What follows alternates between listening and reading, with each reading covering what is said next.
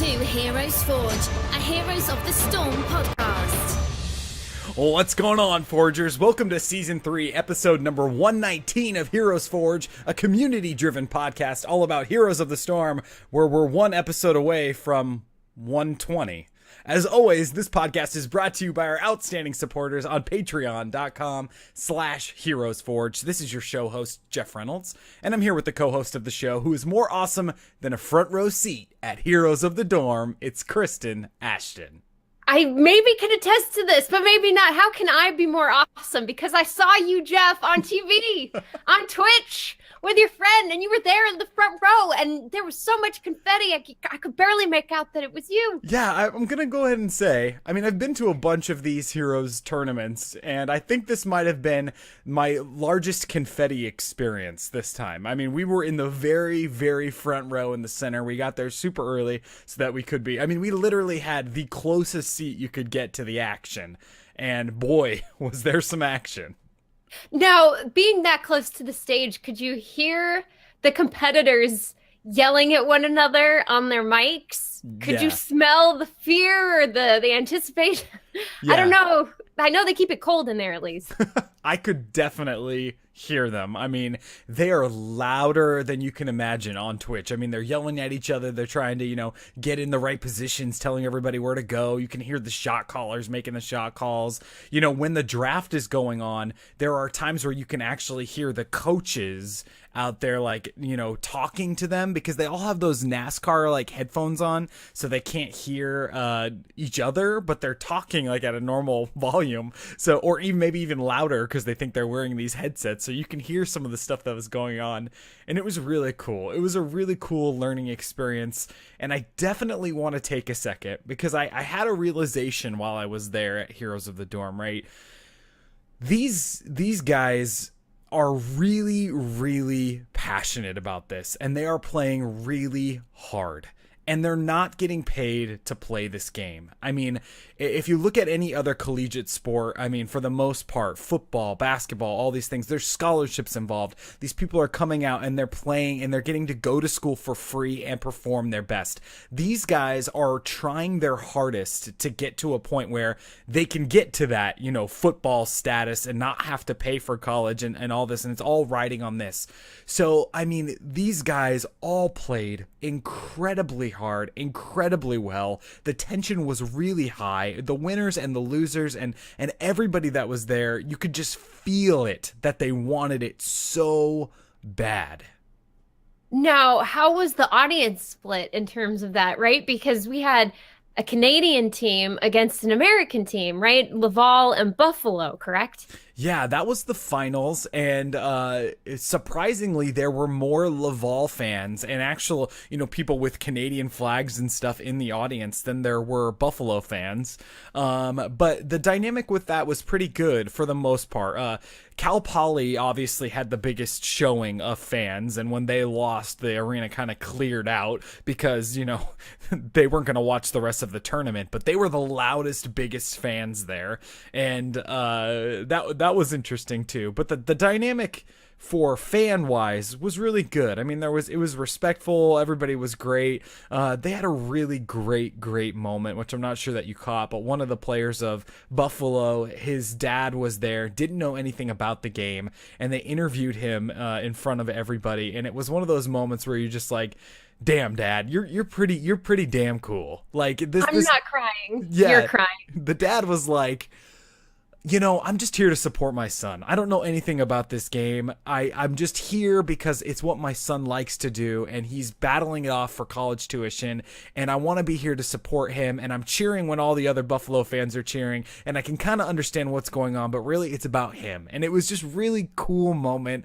and they've had these moments before at Heroes of the Dorm, and that's what makes this tournament really stellar. It was great. It was fun. I loved it, but I am bored to death, Kristen, of these same meta picks. Now, they played this tournament before the balance patch went live last week with all of these crazy changes, right? So, I mean, if I never see Phoenix, if I never see Hanzo, if I never see Genji, if I never see a Maiev ban or a Medivh ban again, it will be too soon. And maybe that speaks to why these balance changes are so important, because otherwise the competitive scene would be nothing but the same bans and the same picks again and again and again and again. Luckily with these balance patches, every month or so, there's a shift. Yeah, thank goodness, because it got to be a point where we could predict what was happening. And I actually turned to Ryan, TBK Zord was there sitting right next to me. And I was talking to him, I was like, why do they even play this game? Why don't they just play the replay of the last game? Because it's the exact same thing over and over. So I'm looking forward to the balance patch making its way into these tournament level games. Couple of things really blew my mind that were awesome. There was a game Cal Poly played where they had Cho'Gall, Alexstrasza, Phoenix, and Abathur on Braxis holdout. And if you're at home thinking, how the hell did that even work? Because, you know, if I was a betting man, I'd be very poor right now. Would you have betted against the Cho'Gall, though? The Cho'Gall Abathur? In a heartbeat on Braxis, you know, we were all sitting there saying, how are they going to hold 2 points with an Abathur and a Cho'Gall and a Phoenix and Alex healing this group? Like, there's no way this is going to happen. Cho'Gall was the master of destruction. It was disgusting. They couldn't even get a camp. They couldn't get anything because Cho'Gall was there, and it was so funny. We're all saying, Daddy says no. Cho'Gall runs right in, steals the camp. It was so good. I believe that was Cal Poly that played that game, and just everybody stood up at the end because we thought it was just gonna end in, you know, a 13-minute game, not even make it to level 13. Like, they're just gonna get wiped, and they won almost every objective. It was just insane. They were great. And that ending too, when Cal Poly was on the core there, and the poor other team, they were trying their hardest. They were scaring away Cal Poly. They finally killed the Phoenix, and they could finally turn their attention on that Cho'Gall. And Cho'Gall, I saw, was able to take that core down to nothing. Yeah. Cho'Gall had 0 deaths in this game. I mean, and they drafted a Nubarak. They drafted Chen. Like all these heroes that's like a perfect counter to Cho'Gall, and they couldn't get it done. So watch the replay of that. I mean, seriously, watch it, people, because it is real good and real interesting. So yes, Heroes of the Dorm, again, another one in the books. It was really, really, really, really fun, and congratulations to Laval for winning that whole shebang and getting your awesome college tuition, all that jazz. And also huge congratulations to all the teams that even got to participate in Heroes of the Dorm. It's growing. Get your schools involved. Get out there and make it as big as it possibly can be. Next thing we want to talk about here is BlizzCon. It's coming up. It's 173 days away. And I hope you got your tickets out there, because the tickets went on sale last week. 2 days they went on sale. And boy, oh boy, they sold out in, like, I want to say less than 10 seconds. Oh, if you weren't in that queue within the first 30 seconds, you didn't get a ticket. It was as simple as that, because we tried. I was on a computer, my sister was on a computer, her husband was on a computer, and my husband was on the other computer. So we're all sitting there in a call, ready to go. Wednesday comes, we miss it. But Saturday morning, we get up, we're on the call as sleepy as possible. Bam, I got in. Guys, I'm in. How many tickets? Yeah. We got our tickets. It's nuts. I got my tickets too, thank goodness. This is the first time I've ever gotten tickets directly from Blizzard, ever. I mean, because every time I do this, it's just been, you know, bad. I'm sitting over here with my buddies, same exact situation, and we're like, okay, so we're gonna have to be checking eBay and all this stuff after, so get ready. Like, we're not expecting it at all. Only one of us got the tickets for all of us. Oh man, it is brutal. They absolutely, I mean, there's one of two things that are going on here. One, they have to not care. I mean, maybe they just don't care. Maybe Blizzard's like, you know what, this thing's going to sell out. We really don't care what happens at this point, so just sell it out.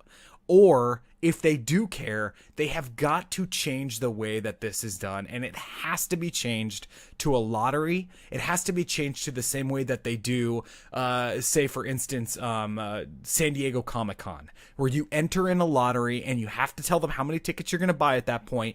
If you win the lottery, you have to buy the tickets, and then you got to give them the names right then and there to make it happen. That seems like it would be a more fair process. I'm just not sure if they're concerned with that at all. I think you're right that the tickets sell out. That's all that matters, right? The bottom line. You make the money that you've invested in this thing. And it's not like you can't get a hold of tickets after they sell out. But I do agree there is more than likely a problem with people, scalpers, who go in, get 4 tickets, boom, they're out. And maybe they can afford 4 more, and then they up jump the price and sell it to desperate people who didn't get a chance to get the tickets. Yeah, it's bad. It just feels bad all around. Now, things that do feel good is there are a few websites out there that you can visit on Google. Just Google looking for Blizzcon tickets. And there's a few community-run websites where they only allow people to sell tickets on the site for face value. You can only buy them for the $200 face value on these sites. They're for people that, bought a ticket, can't make it to the show, got a buddy or a friend that can't make it. And those are the sites that you can go to really find out, and get on there now, because people look for people that have been waiting longer, all this stuff. It's a really cool community of people that are just kind of trading tickets and making it happen for face value. And if you have to go somewhere else to buy them, I mean, they can be upwards towards $1,000. That's what makes me think that this is stupid. Makes me think I missed my calling. I have too much of a heart. I couldn't morally do that to somebody. So maybe what I need to do is care less about the emotions of other people and care more about money, the green stuff. But no, you're right. You bring up a great point about this community, and that people have put their foot down and basically said no to those up jump tickets. And like, look, here's where we can sell these things for face value. Here's where people with hearts can go to sell the tickets for face value, so that you don't have to spend who knows how long you've been saving up for one ticket. $1,000? I mean, come on. Yeah. That's insane. Think about it. I mean, there has got to be a huge group of people out there that are not even planning on going to BlizzCon, that don't even know what BlizzCon is, that are in there and they've got, their computer macros set and all this stuff to be able to beat the system and to get in there and buy 4 tickets. And then they just sell them for profit. It's crazy. So I don't know what the system is, but I'm thinking that, if Blizzard wants to change it, they got to do something about that whole ticket thing, because it's crazy. It's real crazy.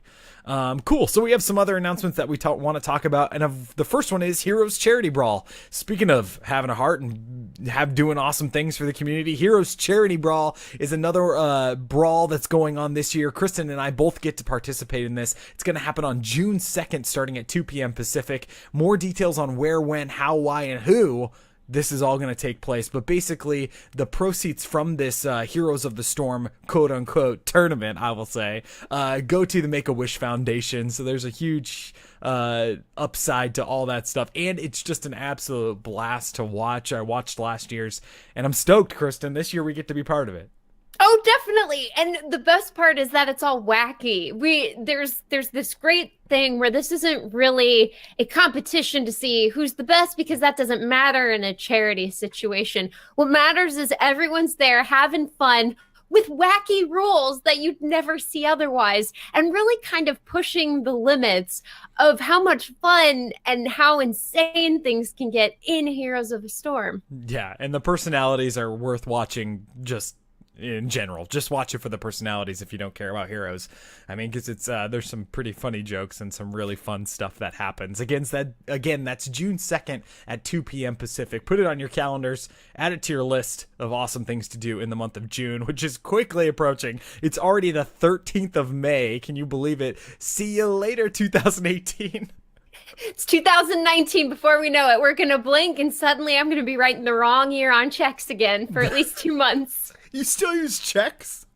To pay my bills, yes. Oh, there you go. I still use checks. I don't do it in line at the grocery. I gave that up. It's something my mom does. And it doesn't drive me crazy because she's super fast. I mean, she's a whiz with that stuff. But when I started doing it, your first few times you're really nervous. And just like, what, screw it, I'm using the card. The plastic's easier. Oh yeah, my mom used to do that too. And speaking of moms, we want to give a big happy Mother's Day to all the mothers that are out there listening. Happy Mother's Day, and this goes for all different kinds of moms out there. Whether you're a mom that has human kids, or maybe you just have puppy kids, like my wife just has a puppy kid. So it's a Mother's Day as well, and there's a whole bunch of great positive energy out there for all the moms, and we're sending ours to join that positive energy. So happy Mother's Day out there. And on another piece of news, we started a new show, Kristen, and it kicked off with a bang. We did.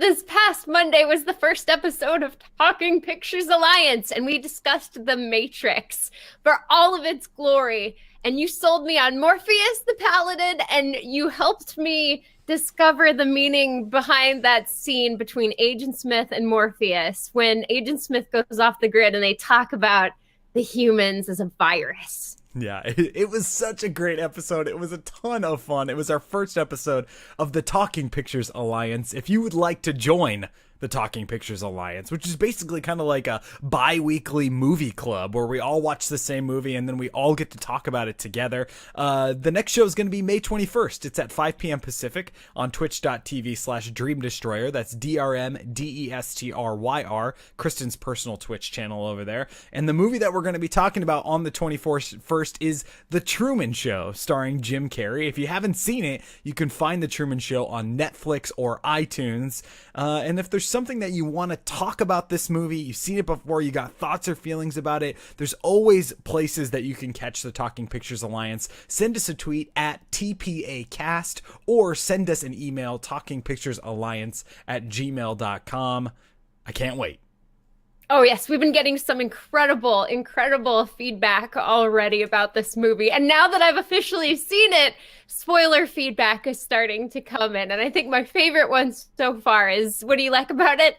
Everything? Does that count? Yes, it does. And you can love everything about it. And that is wonderful. Absolutely. Every other Monday, talking about these movies and what we love about them. But today, we're here to talk about Heroes of the Storm and characters that aren't in it yet. So let's do it, and let's forge. Let's forge.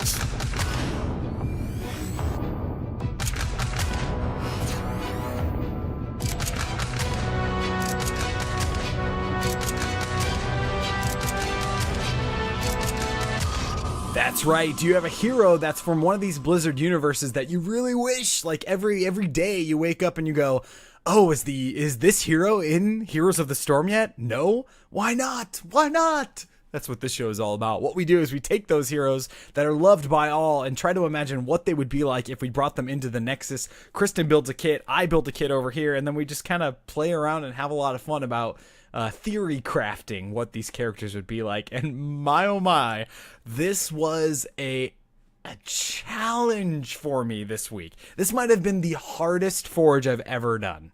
Dude, I'm right there with you. All last night, I was sitting there staring at his screen, trying to figure out how to pronounce her name, and then trying to figure out what kind of kit she would have. And the character we're talking about is a StarCraft Matriarch of the Dark Templar. That's right, Raszagal. Raszagal. Yeah, Raszagal. That's what I was in the same ballpark talking about how to pronounce this name, Raszagal. So, I mean, the reason this was real challenging for me, Kristen, was because this is a character that has a real thick backstory, like most Blizzard characters that we talk about on this show, but I'm not connected to this story at all. I didn't really know anything about this character before starting, but how cool is it to have this Protoss Matriarch and a female Protoss that we could bring into the Nexus that would just be kick ass? Yeah, she's really cool. And you bring up the hard part too. I had a rough time because she didn't have a kit to go off of. She's, as far as I know from the research, she wasn't a unit that you could control. She was simply a head matriarch that meant a lot to Zeratul. And the one thing I discovered was how bamf Kerrigan was. And it made me go, why did they make her so empathetic in the new games? Why not just say StarCraft 2 is a retelling of StarCraft 1? Because Kerrigan was nuts. Yeah. And I loved it. And why did we lose that? You know, I thought the same exact thing when I was doing this research on this. I mean, basically well, I'm not going to get into the story here, Kristen. Why don't you give us a little rundown on what happened there? Because you do it oh so much better than I do. All right, so here goes with the condensed version of Raszagal's story. Once the matriarch of the Dark Templar, Raszagal was a beloved leader that sought peace for her people regardless of the path they walked. She led her people on Shakuras well past her prime, but unfortunately, as her age began to wane, so too did her powers, leaving her open to mental enslavement by Kerrigan around the start of the Brood War, our best estimates. Seeking to right the wrongs of the past, Raszagal welcomed Protoss from Ire with open arms and even allowed Kerrigan to make a plea for help, a plea Raszagal listened to and accepted. Following this, the leader was kidnapped by Kerrigan and taken to Char, where she would be used to force Zeratul to kill a growing overmind that threatened Kerrigan's reign. Following a desperate, failed attempt to get Raszagal off of Char and back to Shakuras in a bid to free the Matriarch's mind, Zeratul murdered Raszagal, refusing to allow his beloved leader to be used as a puppet by the Zerg Queen. Surprised by this action, Kerrigan stayed her hand. Instead of killing Zeratul, she allowed him to live, gloating over how much she would enjoy knowing that his every waking moment would be haunted by the blood on his blade. I mean, come on, that's legitimate Kerrigan right there. Dude, I listened to her speech when she was talking to him about leaving him alive so that he would have to live with these nightmares. Wow! Where's this Kerrigan? Come back to me! Yeah, she's real mean. That is some twisted stuff, right? And I don't know if it was ever confirmed that Zeratul crushed on Raszagal, if that was a thing, but he definitely really cared for this woman, maybe in more of a mother sense. But so maybe it was like killing his own mother. And then Kerrigan's just standing there. I had her mind controlled this whole time, and you had to kill her. Ha ha ha. Yeah, and that cutscene, quote unquote cutscene, I should say, where he decides to do that. It happens real fast, and I wonder if that's a product of the technology that was available at the time. But basically, he makes the decision, says a line to Kerrigan, something about like, "I can't believe you're making me do this." Bam! Does his little Zeratul spin. She's dead. She has a little dying line, but then Kerrigan comes in just like that mean bully that's like, "I can't believe you actually did that. You just killed your matriarch because you had to." Yeah, and then for 3 paragraphs, she just stands there laughing at him and the pain that he's feeling. Holy cow, would that have been amazing to see reanimated, right? Kind of like how I've heard the Warcraft team talk about reanimating the Illidan Arthas fight, because that was one that didn't make the big cinematic cut back in the day. Yeah, I mean, there's a lot of moments like that would be real cool to see. Like if they did some sort of Vault series where they took the time to reanimate some of the Vanilla WoW or Burning Crusade, Wrath, all that stuff, or StarCraft, or original Warcraft stuff, Diablo. Can you imagine those cut scenes that you have driving the Soul Stone into your forehead kind of cut scenes, where if they redid those, I mean, it would be real cool. Now, it probably wouldn't make them any money. Maybe people would go back and play those games. Who knows? Probably not, but it would be cool. And that's what matters. We want to see cool stuff here. And that's why we chose Raszagal. Raszagal, that's right. We're going to call her Rash from now on. There's a skin idea in there. There definitely is a skin idea in there. Cool. So let's get this thing started, and let's start off with my kit this week. So we're going to start out with the same thing we always talk about week after week, and that is, what role classification would Raszagal have if she was brought into the Nexus? So, is she an assassin, support, tank, warrior rather, multi-class, any of those cool things that we can come up with? And I'm going with support here. Okay, so how did you come to support? Because you talked that this was the hardest one. What led you to support? All right, so there's a huge disclaimer on my entire Raszagal build here. I mean, I tried my best with the Lord that I could, but I came to support because I couldn't get out of the Matriarch idea, right? So how can we build a leader, like an actual leader in the game that's able to inspire your troops, help you in battle, and make it work in a MOBA, right? So I couldn't get past the Matriarch aspect of it, so I started with the role on this one, believe it or not, and I said I'm starting with support, and she's gonna have this trait called Matriarch.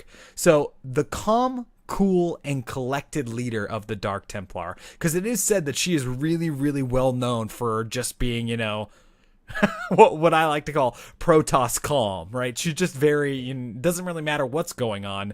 She's calm, cool, and collected. Raszagal will be a support character in the Nexus that supports her team from afar using her psionic powers, because that's a big thing with these Dark Templar, right? So this trait, Matriarch, inspires her allies to have an increased auto attack speed when they're near her. All friendly units, heroes, minions, mercenary camps will all have this increased auto attack speed as long as they're in range of the inspiration of their Matriarch.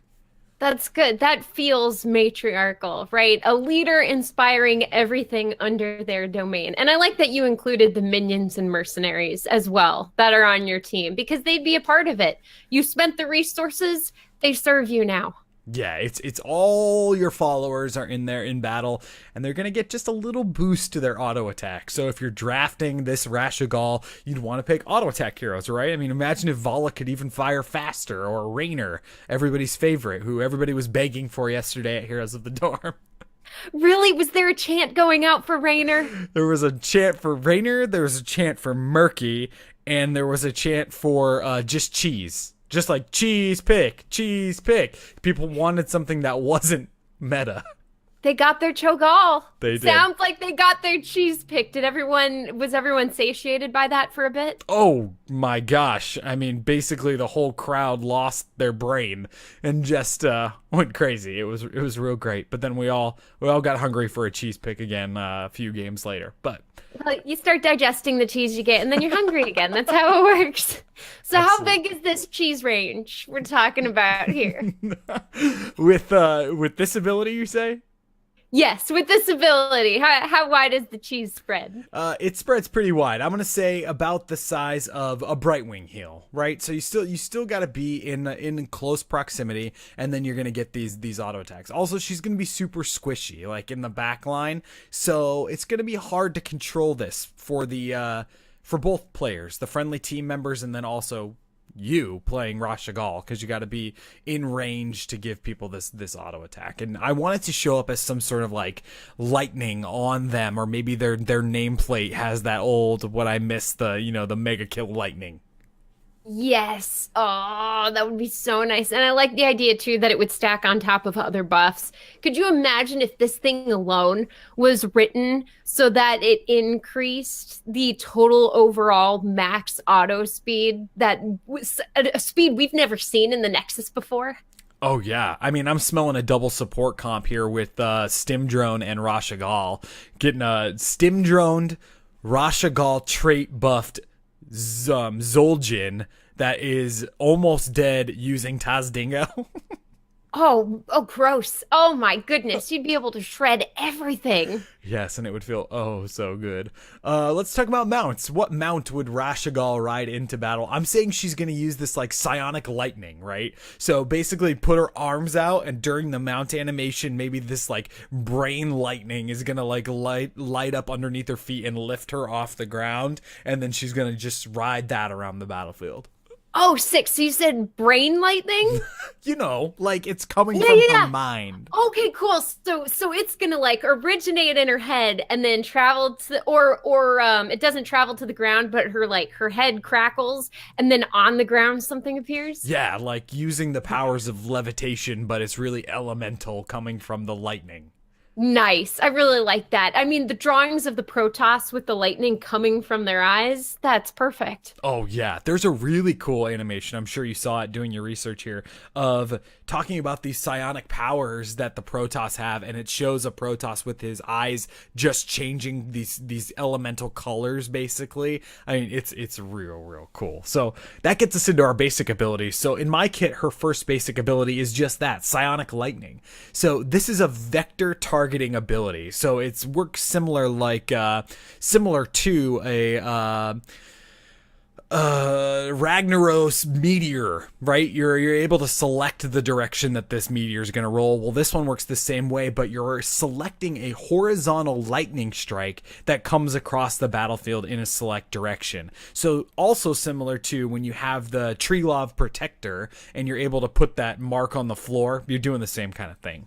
If the lightning strikes an enemy hero, the hero will become electrified and take a small amount of damage from this ability. But the bigger thing is that they're going to, while electrified, take more damage from all attacks while they're in range of Raszagal's Matriarch trait for a short amount of time.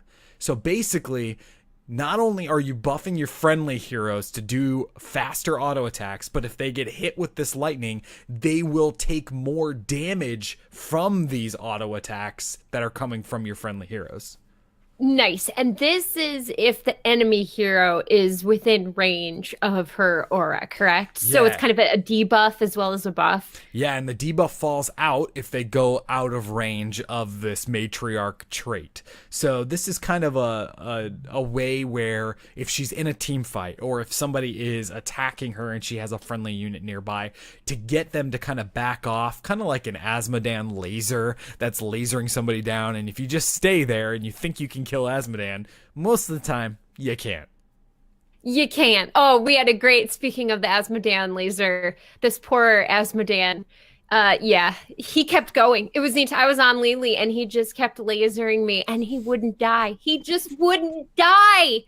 I tried to get away, but he just kept going. Yeah, and that's even healing yourself. I mean, it's crazy to think about that. So I guess we were feeding each other then. I kept healing, he kept lasering, I kept what's this unbroken thing?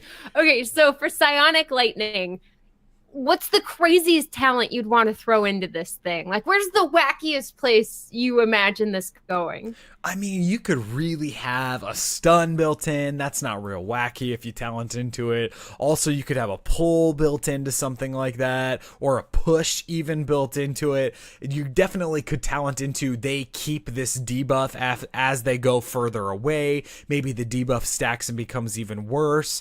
Maybe at 20, you could talent into something where it causes them to attack friendlies if they're electrified. Maybe they just let off some of their basic abilities. I don't know. That'd be wacky. Yeah, I like the one where it attacks the allies. What if it's that jump lightning, the arc lightning, right? So it spreads like a living bomb, except it's lightning, and it introduces where it spreads indefinitely. That is a great idea. Great idea. And I've been seeing lots of KTs with the change on Thursday. So stay away from Living Bomb. That's your PSA from HeroesForge on this lovely Sunday. My second basic ability is called Containment. This kind of stems from the idea that Kerrigan contained Raszagal in that whatever it was, like a tube or whatever, right before Zeratul had to murder her. So this is a basic ability that allows Raszagal to place a friendly hero in a psionic stasis, kind of like an ice block. It'll make them immune to damage, like an ice block, for a short amount of time. But it will also regenerate a large amount of health during this stasis. So a kind of heal that we don't see right now, where in order to heal your friendly unit, you have to put them in a timeout. And sometimes your friendly heroes deserve that timeout, right? They got a little too far and they're taking a bit too much damage. So you got to tell them, okay, calm down, get some health, think about what you've done. All right, get back in there. Yeah. And this is one of the things that I am really seeing. I mean, I do it, my buddies do it, everybody in my league is doing it, and it's related to ice block. So a lot of people use Ice Block, including myself, in a very last second defense move way, where you're ice blocking because you're about to die and you're trying to save yourself. And it never works out if you do it that way. I mean, I don't know how many times I've tried to make that work. They just surround you. Like, you're ice blocked and you're like, okay, well, I delayed my death another 10 seconds. Yeah, and that's a tough one, right? Because then sometimes you're on a team where they see you ice block and they push forward to keep the enemy from surrounding you, and your healer's there ready to go. As soon as you're out, they heal you up. Everyone's back in the fight. There's a forward momentum and you take it because the ice block messed up the enemy's plans. They fell for it. But you need your friends to know this, right? In order to make that happen. But I have felt that pain on Nazebo many times, and no amount of spiders can stop the incoming death. The other thing about it is that when I see people and I think they're really good at using Ice Block, it's for dodging these big abilities, right? Something comes down, you Ice Block yourself, you dodge that big attack, you don't take the damage, you're not stunned, all that stuff. So I see players that play Ice Block heroes really well ultimately become awesome Maiev players because they can use Vault of the Wardens in the same sort of way that they think of Ice Block, right? ETC's Mosh Pit is coming in, Vault of the Wardens out of it. Gonna get hit by a Li Ming orb, Vault of the Wardens, gonna get pulled. I mean, it's awesome to see that happen. And so this is the kind of idea where you're putting that skill cap in the hands of the healer, because the healer is going to have to know, okay, I'm gonna put so-and-so in this containment, and we need to act on this containment in order to make it happen.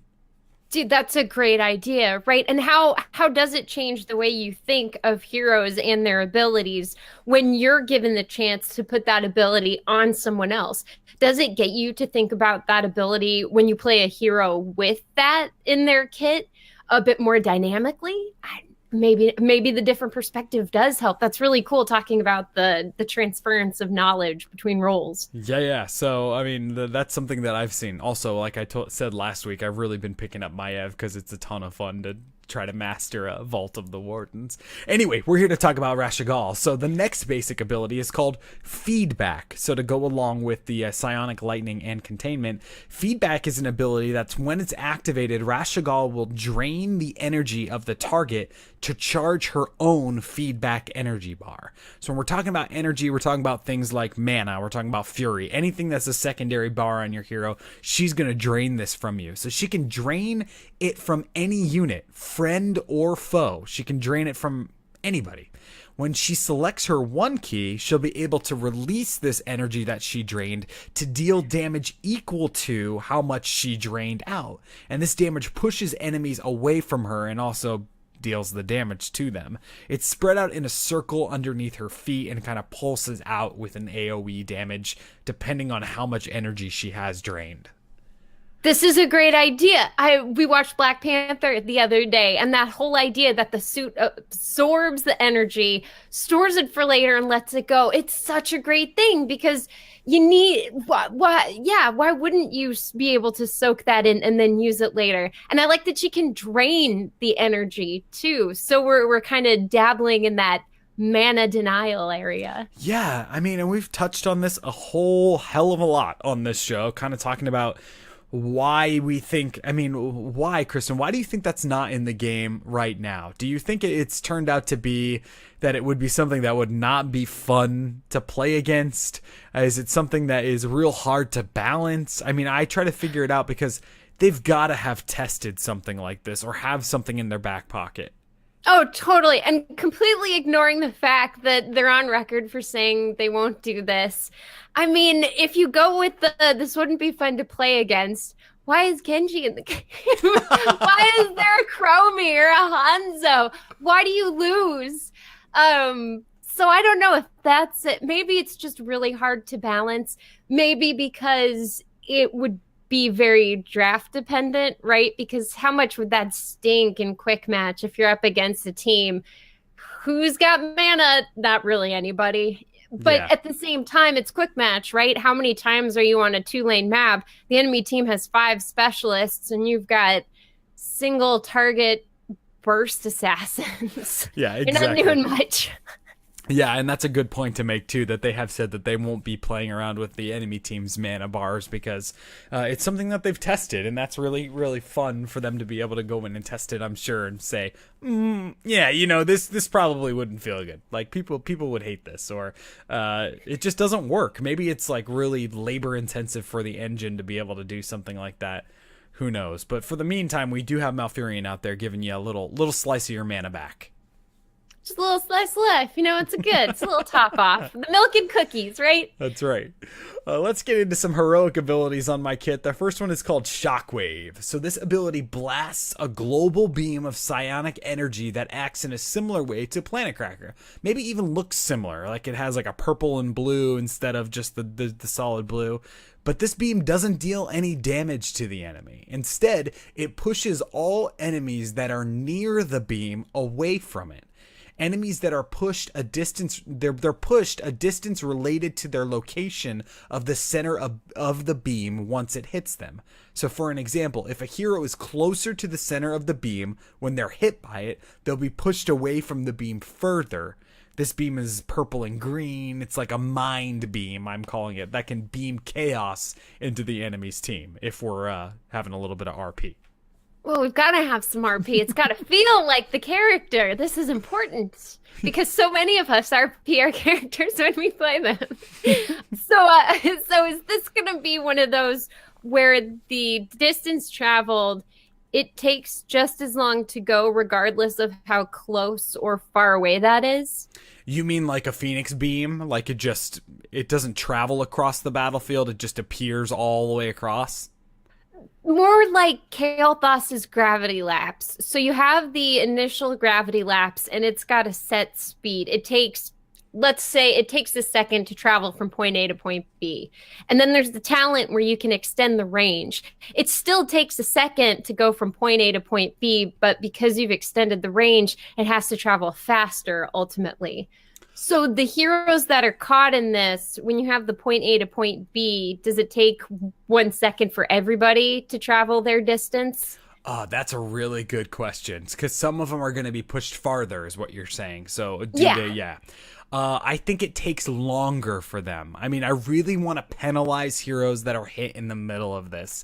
And this actually spawns from my experiences at Heroes of the Dorm, right? Because a lot of people, including myself, use Planet Cracker to kind of to deny map objectives. So someone's picking up a tribute, you're all the way back at the spawn, you can use Planet Cracker like an owl to deny that objective, right? But they're still standing right on top of it.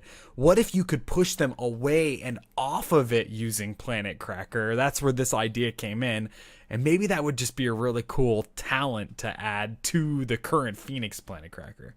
Yeah, dude, totally. And they can't move until they've traveled their distance, correct? So it's kind of like a stun, and they have to go the distance, and that would be devastating if you got caught in the middle of it, because how much time would the enemy team have to pick you off if they were there? Yeah, it's definitely a Hercules, Michael Bolton. They must go the distance to be pushed out of this shockwave. And my second heroic ability is called Separation. So, Separation, Raszagal is going to channel this ability, splitting one of the friendly heroes into 3 psionic copies of themselves. Because of the power of this heroic, Raszagal will not be able to move while channeling and must remain uninterrupted in range of the target friendly hero. This hero is going to split into 3 and will act in the exact same normal way, but just have 3 or 2 shadows of themselves exactly above and below them. These shadows will not be targetable, but they will perform all the auto attacks of the host hero. The ability also allows the shadows to use the hero's Q basic ability. The shadows are defeated if the target hero dies or if Raszagal is interrupted. Okay, so visually lay this out for me. What happens? Okay, so she's got this like mind. She's able to, the way I picture this, the super nerdy way I picture this, is that she's using like this psionic energy to rip a void in the Nexus that kind of makes it so you're putting on 3D glasses, but you're not watching a 3D movie. So it rips this. Let's take Raynor for example, everyone's favorite OP hero, and it rips Raynor in two, right? So, or three rather. So he's kind of got a shadow on top of him and a shadow below him, and when Raynor moves, those two shadows are doing exactly what he's doing. They're just following him around the battlefield, but their auto attacks count. So he's auto attacking, you're getting 3 times the auto attack. If you're in range of her trait, you're getting 3 times at a faster rate. If they're affected by the containment, or the Psionic Lightning rather, then they're taking more damage from these auto attacks from this Raynor. And also Raynor's Q, whatever pushback shot, he can use that, and it's like getting hit for 3 times by that. Dude, that's pretty sick. That's triple damage. And I love that you've doubled down on this auto attack support. I mean, she is a dream come true for auto attackers, hands down. Yeah, and definitely because this is so powerful, because this is quote unquote crazy, she has to channel this. Like, she's channeling this void. So if somebody interrupts her, if somebody attacks her, if whatever happens, then this goes away. So as the team, you want to make sure you draft some beef that you can put like in front of her, make sure that nobody's, attacking Raszagal. Maybe even a Zeratul would be a good void prism to go right in front of her so people get stuck. She can finish off whatever she's doing with the channel and the time, and then get it done.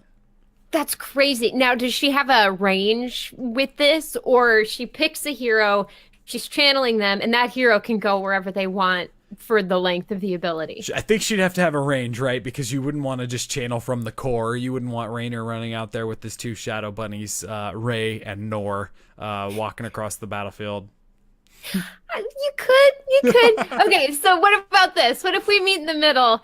In order to cast this, she has to be a certain distance away from a hero. But once it's cast and she's allowed to channel, that hero can leave the range. Okay, and then maybe we put a timer on it. Yeah. Okay, cool. Or not. Level 20. Level Infinite. 20. Just call it the 3D apocalypse. Got your glasses ready? Yeah, everyone gets a little thing of popcorn so they can eat it while it goes. I got so excited about this. My microphone. I know, I talk with my hands too much. I hit my microphone. I knock things over on my counter. I'm an animated person. It's how it goes. The things we do for that sound quality.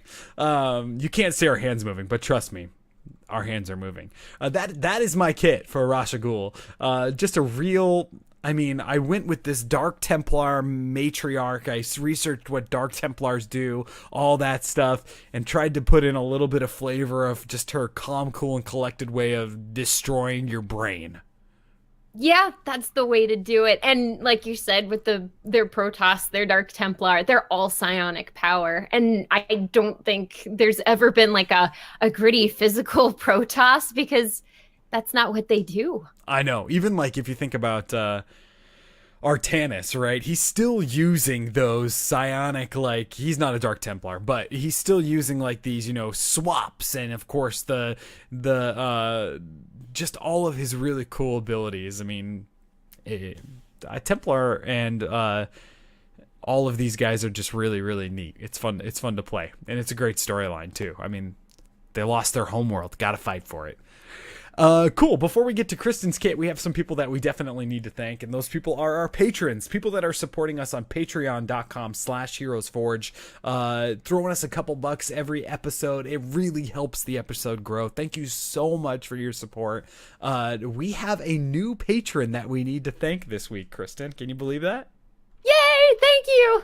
So if you would like to join the patron crew and become a patron, you can do that at patreon.com/HeroesForge. Over there we have a bunch of different ways that you can support the show, and we're working towards some goals, Kristen. And once we hit those goals, we're going to be able to bring you something called a Flash Forge, which is a forge that we bring to you. That's just a quick little 10-minute forge where we surprise each other with a hero that's from the Blizzard universe and kind of make that happen. So we're a few bucks off from that goal. Head on over to the website to help make that goal happen. And we do need to thank Stephen J for becoming our latest patron. Thank you so much, Stephen, for becoming a part of the HeroesForge patron crew. We couldn't do it without all of our patrons, so thank you, thank you, thank you.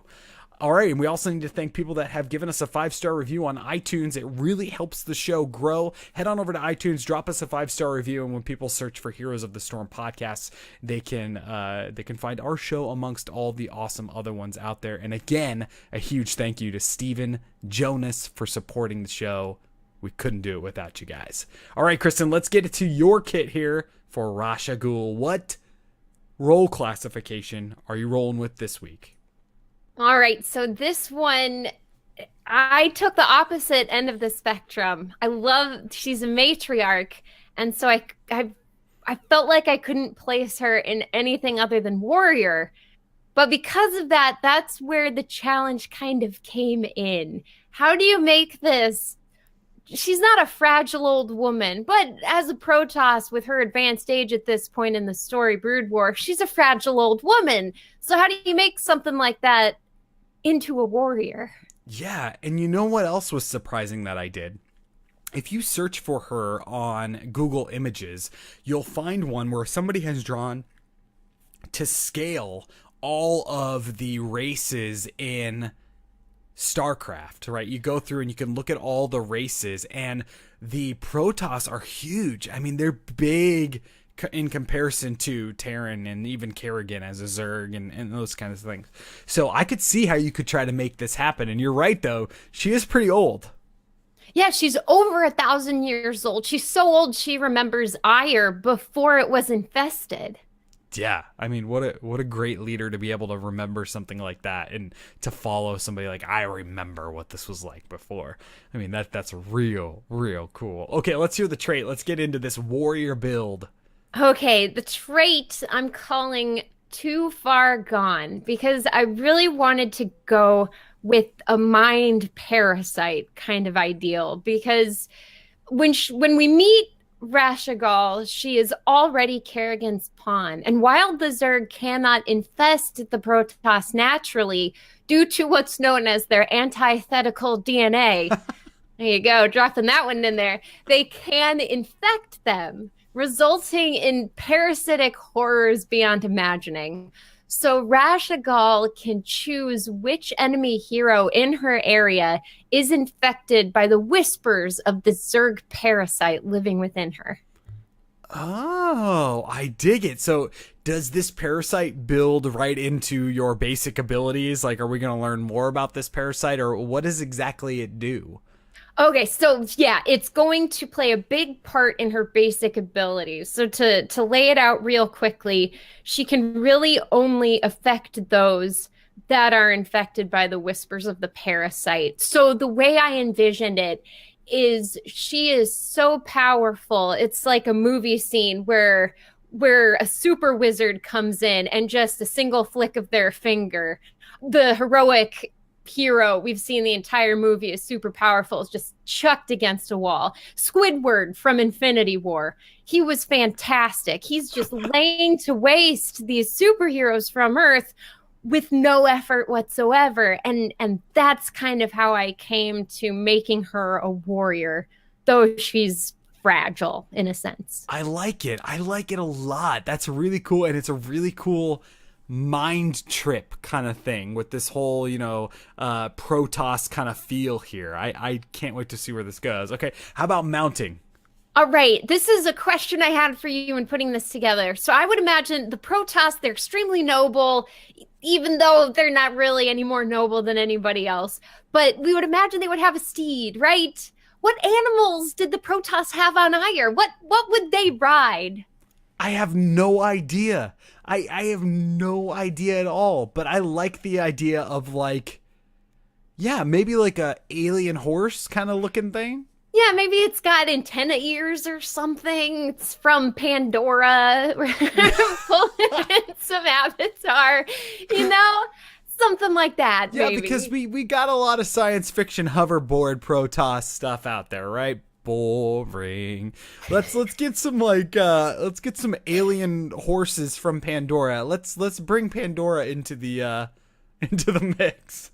It made me really sad to think that there aren't any Protoss critters running around. And maybe there were before Ire fell, but I'd really like to see a Protoss critter and a noble one that she gets to mount. Okay, so are you thinking is Raszagal more like a side saddle rider, or is she more like a, some of the heroes, like, does Jaina ride side saddle on the horses? I think so, yes. Yeah, and Li Ming does too.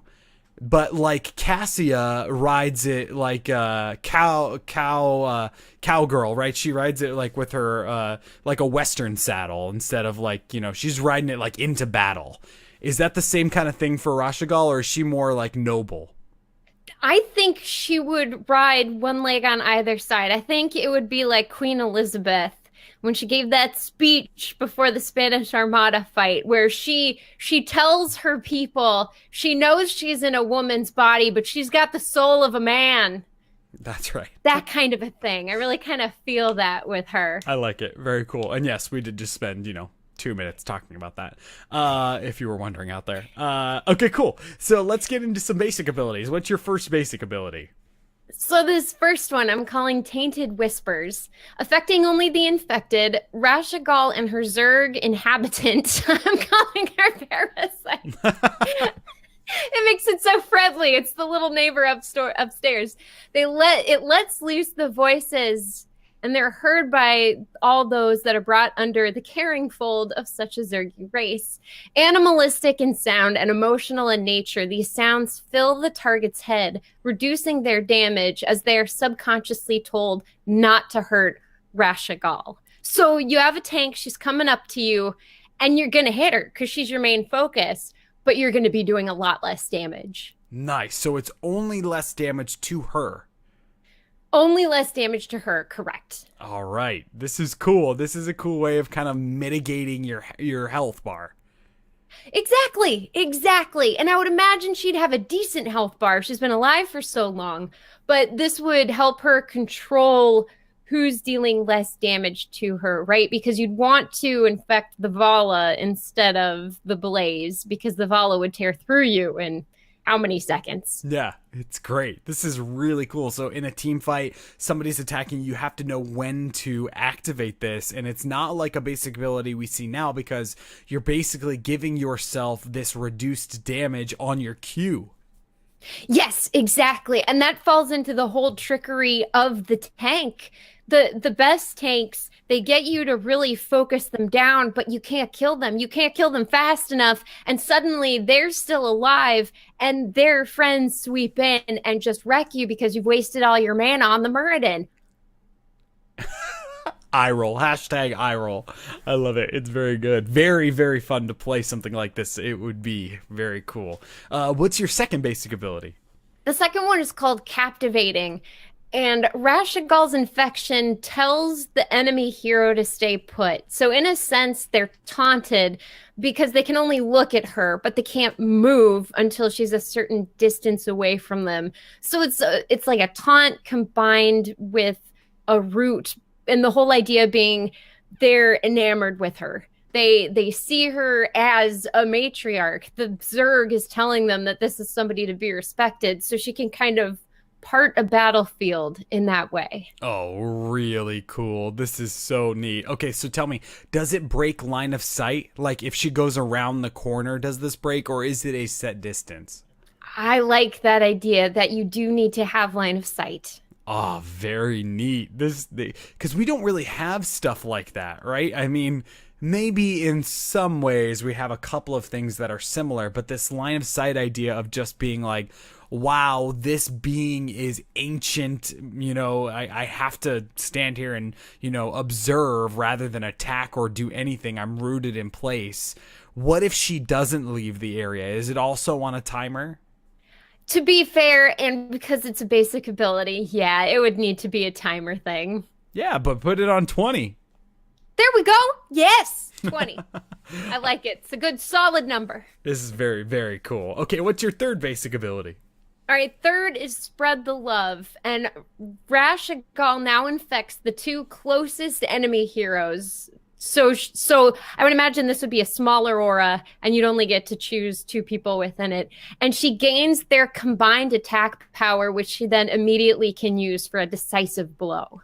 Oh, so imagine you want to target the heroes that are doing the most damage, the highest attack power heroes. And I'm assuming this is based on auto attacks? Yes. All right, so Stukov, you're just right in there with Stukov. You go in there, you grab Stukov, you get him in there, you get Raynor, who's in the back by the Stukov, combine them, and then one shot the Li Ming standing in your face. Yes, this is really cool. I love the way that this feels, right? So you're infecting the enemy team, and then you're able to mitigate the damage that's being done with you with your Q. You're also able to take somebody that's off in the distance that may be coming in to charge you, and you can captivate them so they're frozen in at the distance. Focus on your target and then even drain that person that you have captivated's attack power. I mean, I'm saying drain, but you gain their attack power with the person you're actually fighting and then use this E ability to wipe out that person. I mean, that's pretty cool combo. Yeah, basically, right? She doesn't hit hard often, but when she does, you don't want to be in her path. Man, that is really cool. I really like it. All right, let's talk about heroics. What's your first one? Okay, so level 10, this is going to happen regardless of the heroic you choose. The heroic is simply going to add flavor to it, kind of like Tracer's Bomb. So remember in Resident Evil 4? Unfortunately, yeah. So imagine Resident Evil 4, right? Her head is basically going to explode. Maybe it's just the back part of her skull. And this sick Zerg tentacle monster is going to bust out and it's going to be screaming and it's going to make horrible, horrible noises. And so with this first heroic, it's the Beast Released. And it's a massive damage-dealing horror with absurd range. Every 3rd consecutive hit stuns and every 5th consecutive blinds. Wow, Tanky McTankerson. This is great to be in the front lines. Stunning, blinding, stunning, blinding. So this is not an ability that is activated. It's just passive. Yes, exactly. And maybe it's one of those where you get to control some of the tentacles, right? Or you have to switch to 1 to use the tentacles instead of your basic attacks. Oh, so cool. So for the rest of the battle, no matter what heroic you choose, you are in your final form. Yes. Oh, whoa, this is really cool. And depending on, I mean, because I'm, breaking the rules and reading a little bit ahead here. I mean, you've got a really cool second heroic. What's the second one? So we can talk about them both. Yeah, the Beast Exposed. So in the second one, the Beast becomes more of a control tower where the player gets the extra 3 buttons on their bar. The first activates a piercing noise that stuns on nearby foes. The second emits a pulse that slices through all armor, dealing direct damage over time. And the third acts as a call to join that can't be ignored. Nearby enemies are slowed when they move away from her, but gain speed when they move closer. Oh. And the more I talk about this, the more I'm thinking she's an off tank. She's that control backline off tank, ruling her people from a throne, but still a part of the fight. Oh, so good. And I see a theme here in our last couple kits, Kristen, that you've built where ignoring armor is becoming a thing for you. It's because of Kyle's Learn to Play Armor video. You wouldn't believe the rabbit hole with armor that we went down. And this is me saying, nope, no more. I don't want to do what if they've got magic armor? What if they've got straight armor? What if they've got physical armor? What if they get a little bit of both? And what about the talents for when you're moving? You get, no, it's gone. See, I'm not here to do math, people. I'm here to play a game. But I'm not here to care about intricacies. Because that's why I play in the Bronze League, all right? We don't care about math down here, all right? We just want to hit things and see damage done to the things we hit. Exactly. Just take away the little white part of the armor bar and just make it the same color as the health because it doesn't matter to me. No, but it should. I mean, this is really great stuff that you're talking about here about the percentages of armor and all of that stuff. I mean, learning that is just a huge boost to the skill of this game. This is great. So I can see why you want to kind of take that out. Okay, so both of these, the Beast Released and the Beast Exposed, talk to me a little bit about situationally when you might want to pick one or the other of these, because I have an idea, but I want to hear yours.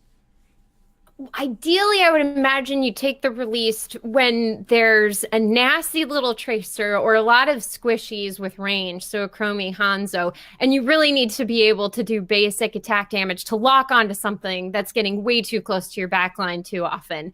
Whereas the Beast Exposed, you want to control tanks, you want to control the slower, heavier guys that don't really have much movement capability. Yeah, exactly what I was thinking too. I mean, this is such a cool idea. How do they look differently in the game? How does the enemy team know which one you've picked? That's the hard question. Maybe the types of tentacles that are out, they look different. Maybe the Beast Release have the little claw hooks at the end, and the Beast Exposed, they've got gibbering mouths on them. Oh, wow, that was really good, just off the cuff. You're the best at this kind of stuff. Very cool, Kate Kristen. How do you sum all of this up? Brain drain. I mean, that's really what it is. I mean, it's really the feel that I got as well, talking about her. Like, it's the most powerful matriarch.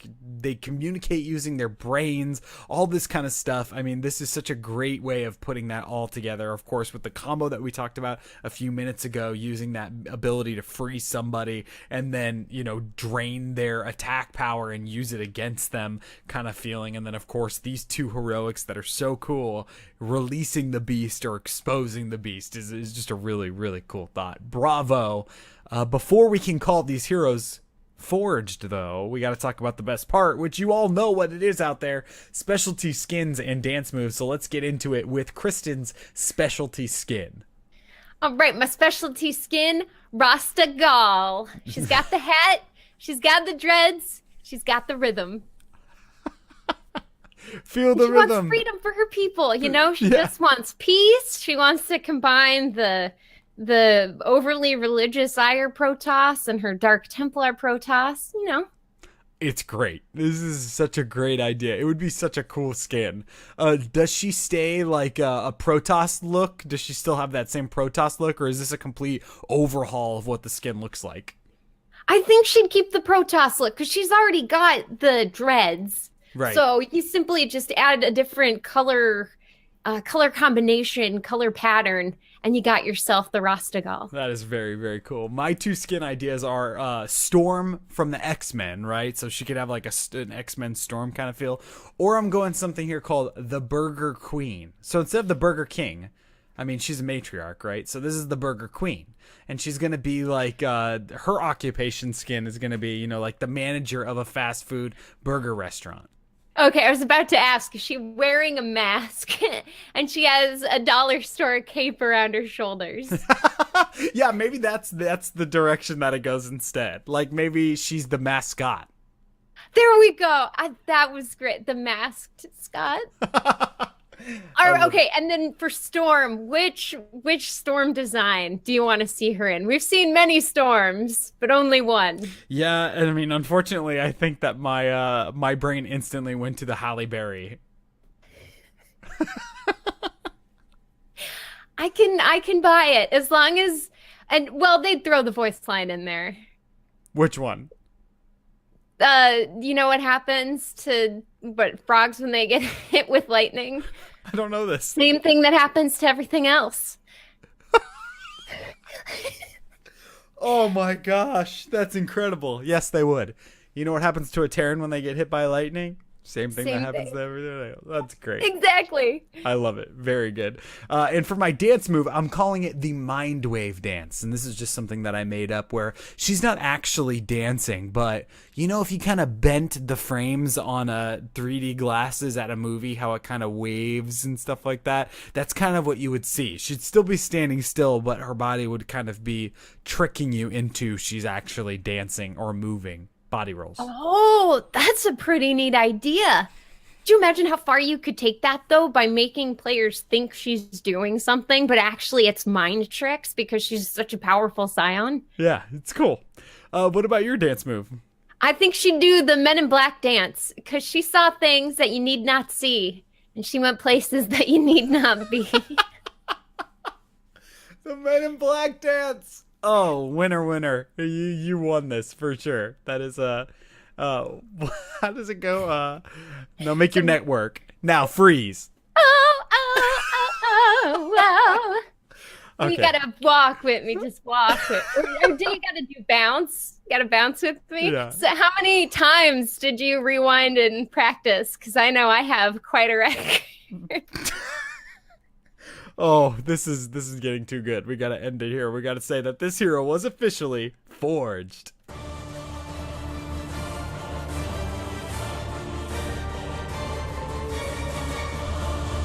HeroesForge. Very cool. I mean, what a cool hero to have in the Nexus, or to even talk about having in the Nexus.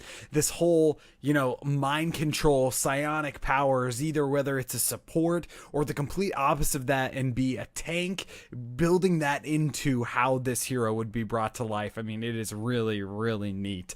Final thoughts, Kristen. What do you think? Is this a Protoss that we would see in the game someday?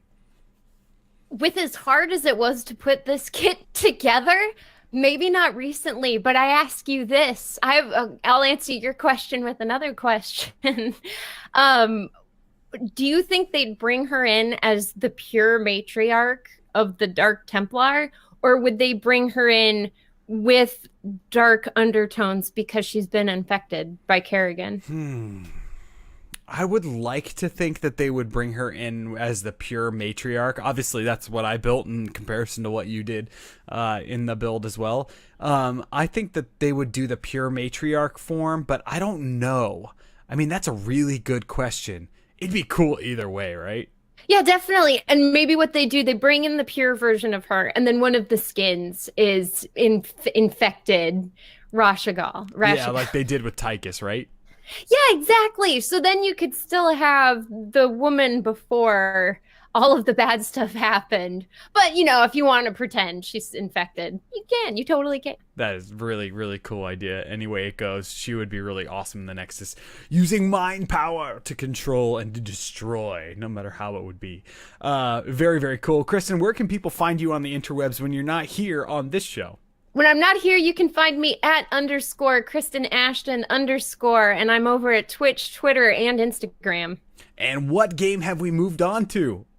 A really cute, comfortable little puzzle game called Fez. I don't know if you've ever heard of this one, but it's about a 2-dimensional little guy who gets a magical fez, as far as I can tell, and he discovers a 3-dimensional world. So the gameplay is your one hand controls move, left, right, jump. The other hand controls rotating the world to the different of 3. I said 4th dimension, 3 dimensions. So it's hard. It must be hard. It's challenging, but it's not hard for hard's sake, if that makes sense. You feel aptly rewarded for figuring out what the puzzles are. That's awesome. Make sure you check out Kristen's stream. It is a ton of fun, as always. If you're looking for me, you can find me right here on HeroesForge. We record the show every Sunday at 12 noon Pacific on twitch.tv/Amove TV, because we are a part of the Amove TV Entertainment and Podcast Network. For more great esports and video game podcasts, make sure you check out amove.tv. Follow the show on Twitter at ForgeHeroes. You can also cast your vote on which one of the 2 kits you think won the day over there. Send us an email, contact HeroesForge@gmail.com. Visit our website, HeroesForge.club. A huge thank you to all of our patrons that are supporting this show again. And we could not do the show without you guys, so thank you so much for making this show a possibility. Also, thank you to everybody that has given the show a 5-star review on iTunes. You can download the show on any of your favorite podcasting apps, iTunes, Stitcher, Google Play, any of those places, and give it a listen. Thank you to Stephen Jonas again for becoming our newest patron of the show. Thank you, thank you, thank you. And don't forget to listen to Talking Pictures. We're going to record that next episode May 21st at 5 p.m. Pacific on twitch.tv/DreamDestroyer, and watch The Truman Show and send us your thoughts at TPAcast. All right, Kristen, any final thoughts before we call the show here? Any final thoughts? The Protoss are really cool, and I think Raszagal has shown us a few other iterations we could see in the Nexus that would keep it fresh, but also stay true to the lore. Absolutely. There are tons of Protoss in the game now. why not have more? I mean, we've talked about even more Protoss on this show that aren't even in there yet, which would be really fun. And they're a great race. They're great because they're the paladins, but their culture is just as flawed as any other culture. Yeah, it's great. It's a great story. If you haven't played StarCraft, the original one, I'm going back and playing the remastered one because I got to get my lore on for these heroes because, man, this was a really hard one. If you have thoughts on what we talked about today, don't forget to shoot us a tweet on our Twitter, and we will see you guys in the real world.